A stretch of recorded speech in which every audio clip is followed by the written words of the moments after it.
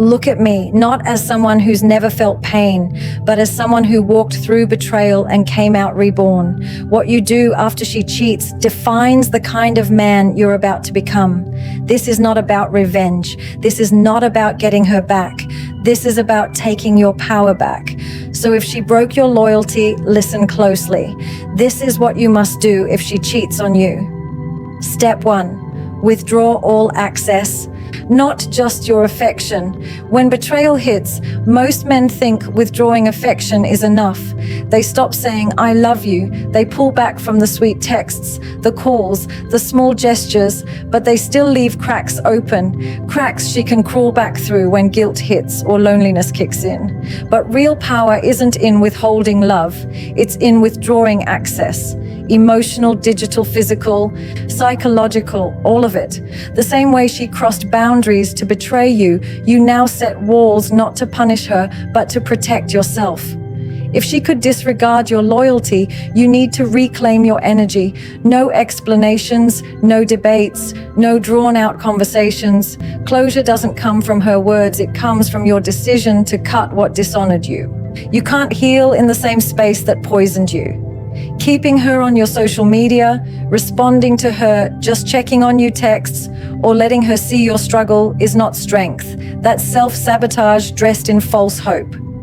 Don't let her witness your wounds. Don't let her monitor your rebuilding phase. She forfeited the right to see how you rise the moment she chose someone else behind your back. This isn't bitterness. This is boundary. This is choosing your own peace over shared history. She already had access to your loyalty and disrespected it. Don't let her have access to your pain too. Step 2. Feel it fully, then channel it ruthlessly. When you first find out she cheated, your entire system goes into shock.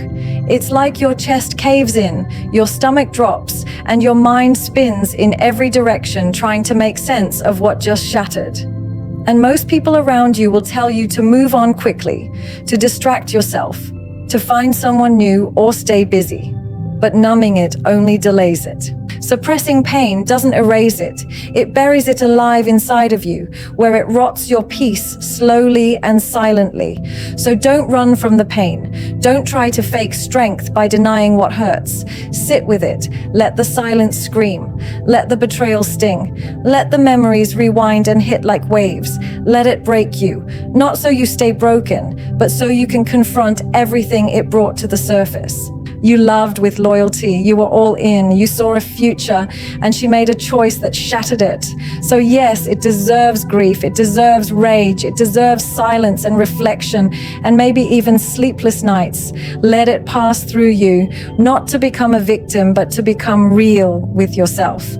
Because what you don't fully feel, you'll unconsciously carry into every room, every woman, every future you try to build. But once you've faced it, once you've burned in it, there's something sacred that happens. You start to rise, not in revenge, not in proving a point, but with clarity, with calm fury, with the kind of focus most men never find until they've been deeply wounded. And that's when the shift happens. The pain turns into purpose. The nights you couldn't sleep become the mornings you start working on yourself before the sun's even up. The tears that felt weak now feel like a turning point. You realize you don't need her apology. You need your power. You need a mission. You need to build a version of you that can't be torn down by someone's betrayal again. Use that heartbreak like fuel.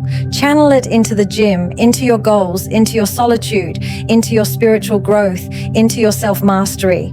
Not to numb what happened, but to rise because it happened.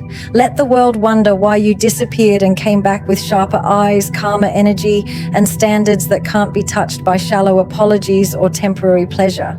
Step 3. Reclaim your standards, not just your self-esteem. After she cheats, it's easy to get obsessed with feeling good again. You want to rebuild your confidence. Remind yourself that you're valuable, desirable, worthy of love. And while that's important, that's only half the healing, because self-esteem is about how you feel, but standards are about what you allow. And a man who rebuilds only his self-esteem without revisiting his standards is setting himself up to repeat the same heartbreak with a different face. When you reclaim your standards, you're not just reacting to betrayal, you're redefining what you will and will not accept from this moment forward. You stop handing out loyalty like it's unconditional, and you start treating your presence like a privilege. You realize that love is not enough if it's not built on honor. You recognize that chemistry isn't a green flag, and history isn't a reason to stay. You remember that beauty can distract, charm can deceive, and words mean nothing without consistency. Reclaiming your standards means you no longer entertain women who confuse attention with affection, who think loyalty is optional, or who treat commitment like a convenience instead of a core value. You stop falling for potential, for promises, for passion that burns hot but fades fast. You look deeper. You become slower to open up, but sharper in what you see. You start checking for character over connection, for alignment over attraction, for values over vibes.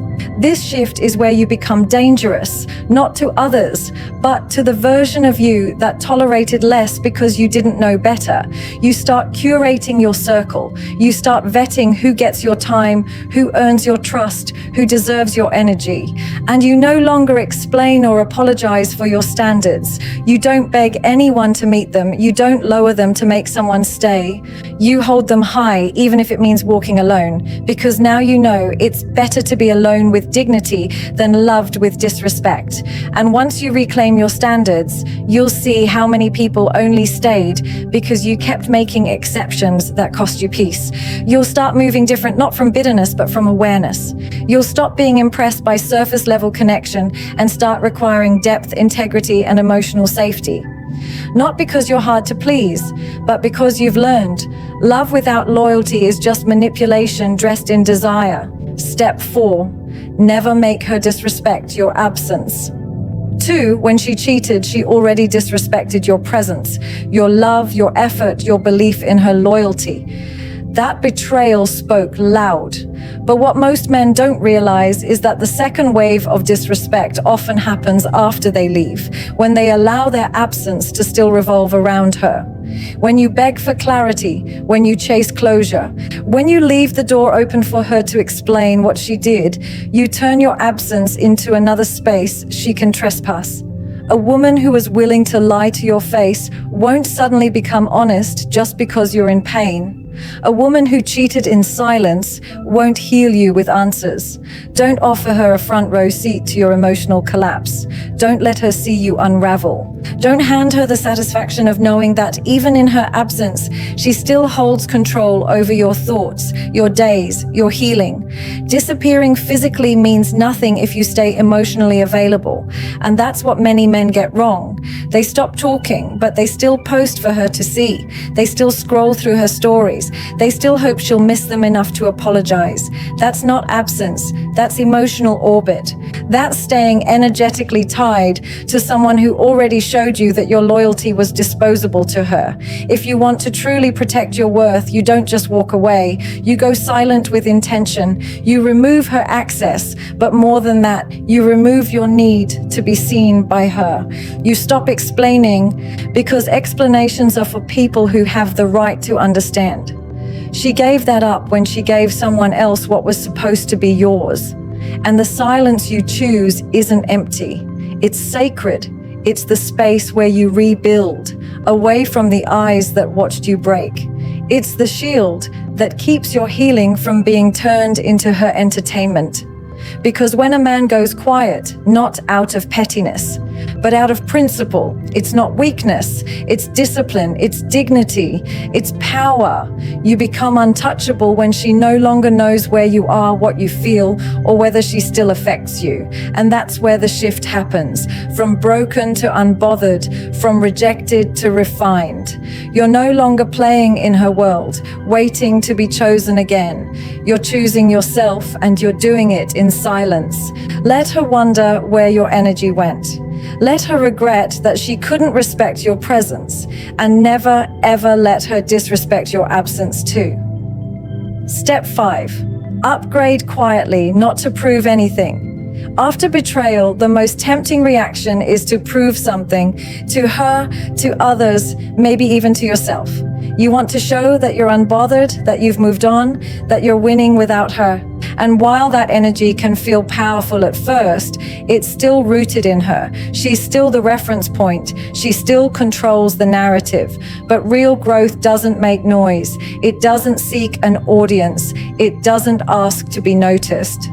The strongest upgrade happens in the dark, in silence, without announcements, without validation. It's when you stop performing pain and start mastering discipline. It's when you stop looking back and start creating a life that reflects your worth without needing her to witness it. When you upgrade quietly, you're not building yourself up to make her regret. You're doing it because you finally realize what you deserved all along. You're not in a competition with her next chapter. You're in alignment with your own. You don't need her to see your glow up. You need to feel your peace. You need to rebuild a man who no longer breaks when someone leaves. You stop feeding the illusion that her reaction to your healing determines its value. You let go of the need to be seen, and instead, you focus on becoming so solid, so self-contained, that recognition no longer tempts you. The gym becomes therapy. The work becomes worship. The solitude becomes sacred. You stop checking who's watching and start checking in with yourself, your habits, your vision, your peace. Upgrading quietly doesn't mean disappearing from the world. It means moving in it without explaining yourself. It means choosing depth over display.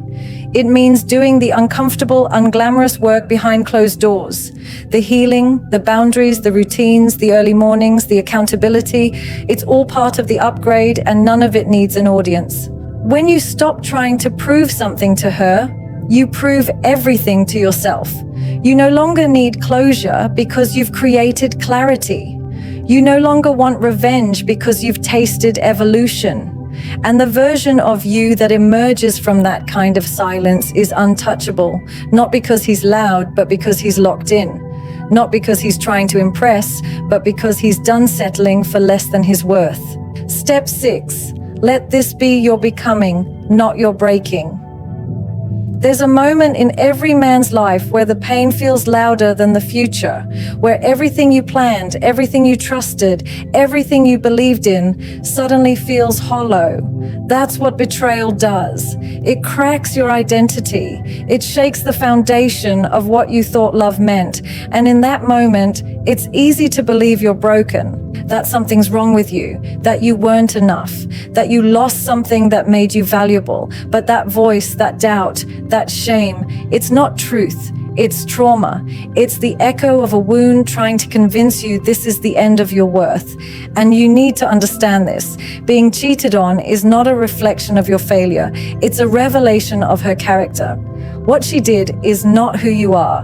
Her choice is not your definition. This pain is real, but what comes next, that's power. You can let this moment bury you, or you can let it build you, and not in a loud, dramatic Hollywood comeback kind of way, but in the quiet, gritty, honest kind of way that changes your trajectory forever. Because becoming isn't about revenge. It's not about proving you're better without her. It's not about the rebound, the distractions, the temporary highs. Becoming is about facing yourself fully. It's about standing in the ruins of what was and deciding you won't let it define you. It's about using this heartbreak as a mirror, not just a wound. A mirror that shows you where you ignored red flags, where you settled out of fear, where you gave too much without return. Let this be the version of you that finally outgrows the need to be chosen. Let this be where you stop chasing love that costs your dignity. Let this be where you elevate from a man who needs validation to a man who lives with vision. Not the boy who begged to be kept, but the man who now knows his worth can't be mishandled twice. Let the pain sharpen you. Let it sober you. Let it strip away your illusions so you can finally walk with clarity. You don't come back from this the same, and you're not supposed to.